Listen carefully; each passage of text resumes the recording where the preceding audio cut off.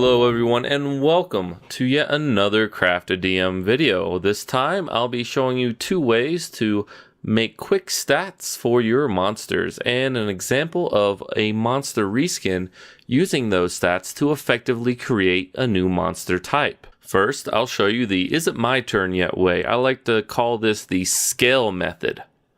So here we have the monster stats table on page 274 of your Dungeon Master's Guide. First off, we will select a challenge rating, that is a CR of a monster that we want to put in the game. In this case, let's say it's a boss monster facing a group of level 3 to 5 characters. As it is the boss, let's make it a challenge rating 5 creature. So right off the bat, we select CR5 with a proficiency bonus of +3. Okay, so if we just read across the table, we could have a standard CR5 creature. But what if we want to modify the AC and the other stats? So let's go ahead and do that. At level 3 to 5, it's hard enough to hit a monster, so maybe let's lower the AC by 1, giving us a balance of -1 for now. It might be good to just write this down on a small scrap of paper. Then the hit points. Let's make it slightly beefier than a normal CR5 creature and boost it up 1 step. Now, our scale looks like this, -1 + 1. We have 2 more steps to go. So what about the attack bonus? A CR5 typically have a +6 to hit, so let's boost that up to a +8, making the character sweat just a little bit in combat. This value of 8 is 2 steps higher than the 6, so let's lower our damage output 2 steps as well. So in the end, our scale should look like this: -1, +1, +2, -2, and it should all equal 0 at the end to reflect that we have successfully created a balanced monster. Now, you'll notice that I didn't change the save DC. If you're running a caster, then use the save DC instead of the damage per round. Just swap the two around. So you would use the save DC if it was a caster. If it's more of a melee guy, then use the damage per round. But effectively, it works the same way. You scale it up and down based on what you need. Now, let's look at the official way.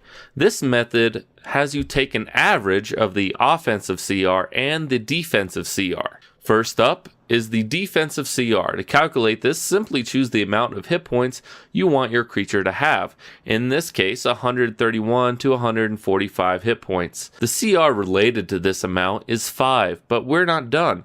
The AC for a CR5 is around 15, but we want it to be a harder to hit enemy with an AC of 17. So for every 2 points above the recommended CR AC, we increase the CR by 1. So this gives us a defensive CR of 6. So now that we have the defensive CR, we need to calculate the offensive CR. We do this by seeing what damage we want to use. In this case, let's have it do 33 to 38 damage per round, which gives us an recommended CR of 5. But what if we want to hit precisely as well? So we boost the attack bonus to 8. Very similar to the defensive way with the AC, we use the same method for the attack bonus. So for every 2 points above the recommended value, we add 1 to its offensive CR. This gives us an OCR of 6 as well. Now, since these two are the same number, our overall CR is just 6 with a proficiency bonus of +3. If our OCR and DCR are not the same number, then add them together and divide by 2. That resulting number is your CR that you should use with the proficiency bonus that's given to you. So these two methods are actually pretty close, but they are not equal. For example, if we take my scale method monster and use the official way, you get a creature that has a defensive CR of 6 and an offensive CR of 5. And an overall CR of 5.5. Now you can either round down and get the same result I got from the scale method, or round up and have it be a CR6, which is 1 higher than the scale method. Now on the flip side of that, if we use the scale method with the official ways example, we get a spread of +2 2 minus 1 plus 2 minus 1. We are unbalanced and have a surplus of plus 2. So to make it balanced, we'd have to take something down 2 steps.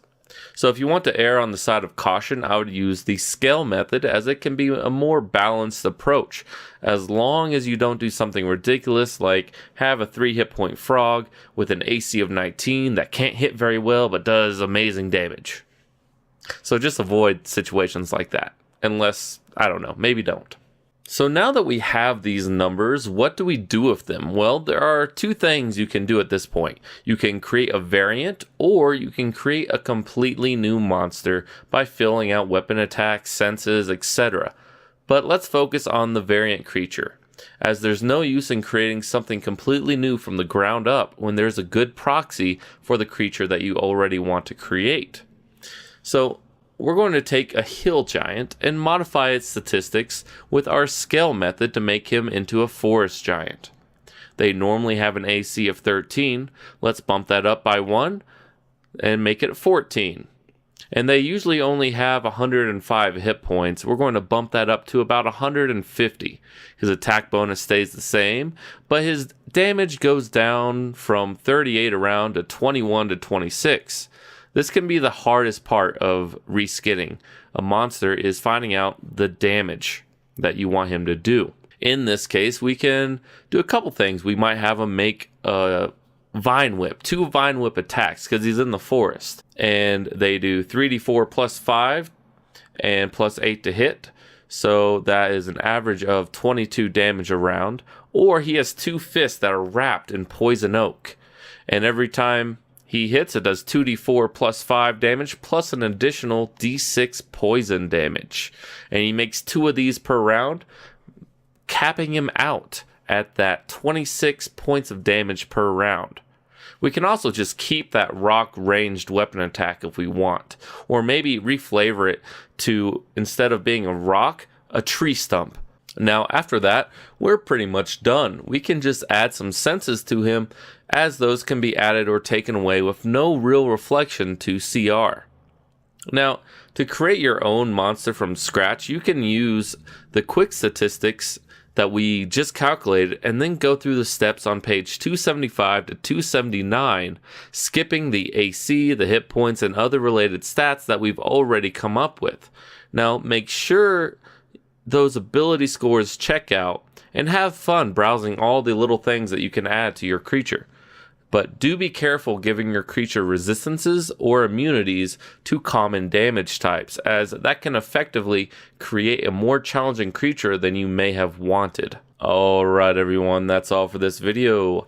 Don't forget to comment in the section down below and let me know if you like this video, or if there's a similar method that you use. Also, please like and subscribe if you haven't done so already.